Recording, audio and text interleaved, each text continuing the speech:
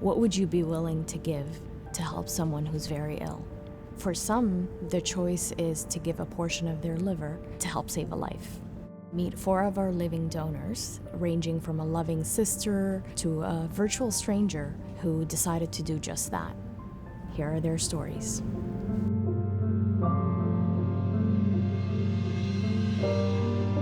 The tumors did just kind of keep growing, so it would have caused liver failure.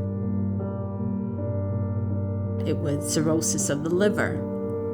They don't know what caused it, but that's what it was right off the bat. I became jaundiced, and they then decided that things weren't improving on their own, and that's when we started talking about surgery. At any point in time in Ontario, there's about 300 people on the waiting list, and every year somewhere between 50 to 100 people will die.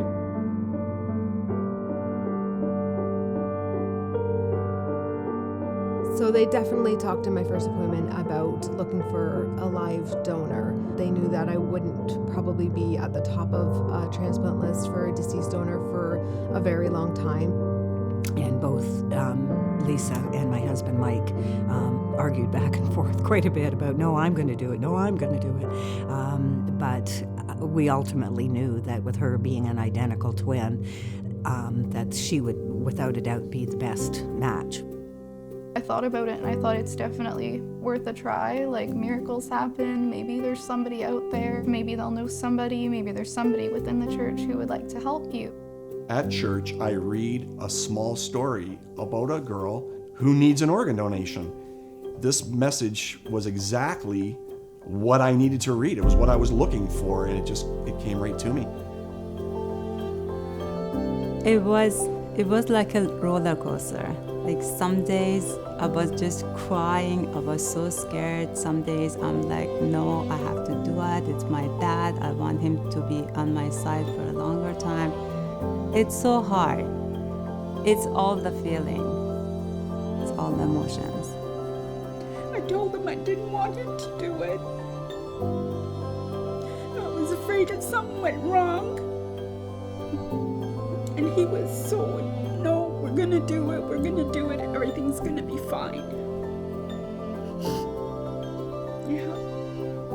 Initially, what had triggered my, desire to donate is that I had a family member who had become ill, and there was talk of her potentially needing one, and I'd heard that, this is something that you can do while you're still living, so that kind of promoted me to do some research, and I knew that, as someone in my family, if there was something I could do to help, I would do it.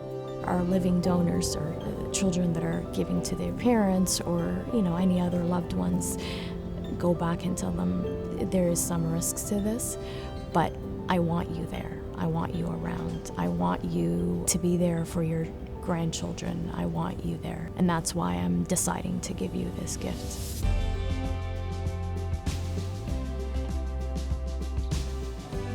It would really just start as a question of how do I go about being a living donor, what sort of testing, what sort of surgery is involved. I looked at the UHN's website. I thought it was fantastic. They had like a donor manual, and they had a whole bunch of different resources that really explicitly explained the process and, the complications that could arise and, what the steps were to take in the process of becoming a donor. It's an extremely thorough process. Everybody undergoes comprehensive history and physical exam. All asking is this an appropriate, safe choice for that individual.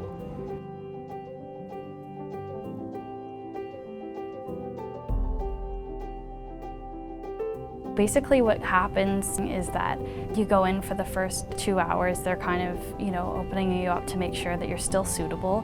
So the next part of the operation is to divide the liver into these 2 parts. So we have to keep the trunk and usually the left side intact in the donor and get enough of a branch to hook up in the recipient. There are no words to describe how they'll be feeling tired or helpless for a little while.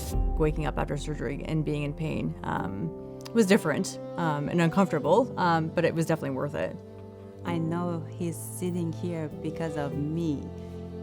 It feels really good. I know it's painful, but I forgot all about the pain right now. And now I have him beside me. So it's a good feeling. Recovery time is variable. I'd say on average, most people are back to their work somewhere between 6 to 8 weeks after the operation. Since the transplant surgery, I've picked up my life completely normally. I went back to school 2 weeks later. All the support people in there that would come in every other day to check on you, they're rated #1, and they truly are. They truly are. Here at Toronto General, we have the busiest living donor program in North America. The gratifying part about it is seeing how the impact of the generosity that our donors are displaying and the impact that they have on the other person's life, but also on their own. Life-changing as well for me. It's very fulfilling. We don't fully appreciate how there are some extraordinary people in our communities who are willing to take risks and take time from their lives to help others like this. So it's a great privilege to participate in the care of these patients. To offer a donation for someone whom you don't even know, that takes a very special person. I don't think I'll ever forget how it felt to know that all of that sitting and waiting and suffering was going to stop. There was going to be just a halt, and everything was going to change, and it was just, it was wonderful. To give part of your liver to someone you don't know just to help them, that's incredible to have that kind of thing in you to help another person. Just the ripple effect that this has had just even in my own life following the transplant. We've been able to really advocate for organ and tissue donation. It makes me feel like I've done something just to help somebody out and to share the really wonderful things that life has to offer. If there's something you can do, then do it. Our family sacrificed everything for each other, and she became hero of my life. Knowing what it can do for other people, and it's not just the other person, but it's the families and the loved ones, it just makes all the difference in the world. Thank you, thank you, thank you.